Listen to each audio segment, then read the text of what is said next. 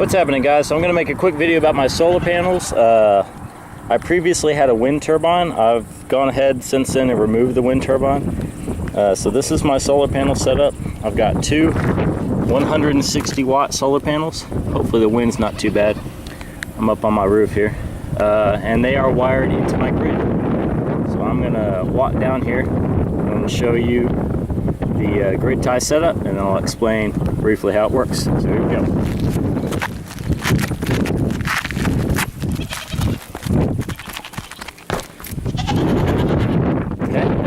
Wires running down, and they're going in there. Let's hop down.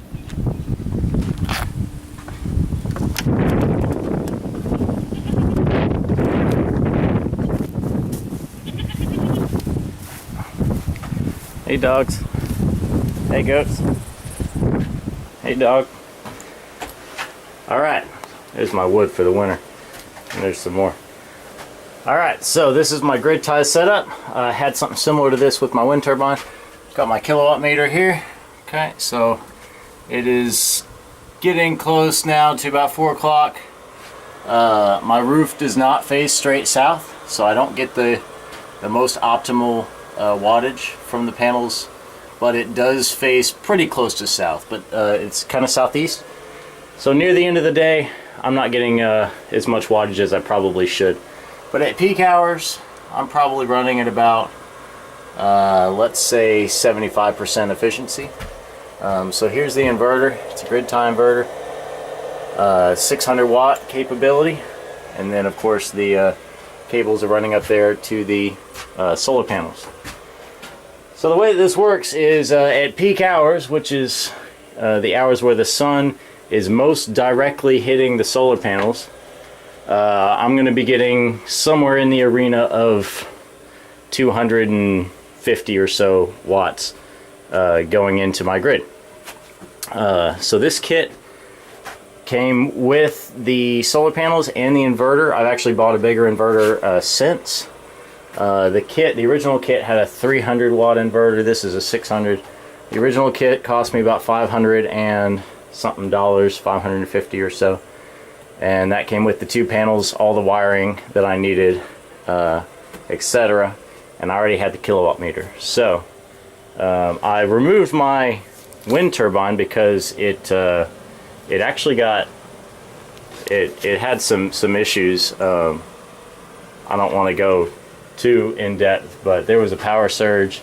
My inverter blew up and during a storm, and there was quite a big lightning strike, and a lot of bad stuff happened. So I decided it probably wasn't the best thing for me to have a giant pole with essentially an alternator on top of it strapped to the top of my house. So I went this direction, and I'm actually getting quite a bit more wattage at peak hours than I was ever on windy days with my 900 watt wind turbine. My 900 watt wind turbine occasionally would break 100. This one sees 200 plus every single day, provided that it's not cloudy. So let's walk around and take a look at the house from the outside. I'm eventually going to put more panels up. My calculations indicate that I'm probably saving about $10 to $15 a month. It's been a while since I did those. They may be completely wrong, those calculations, but that's my guess. Hey chicken.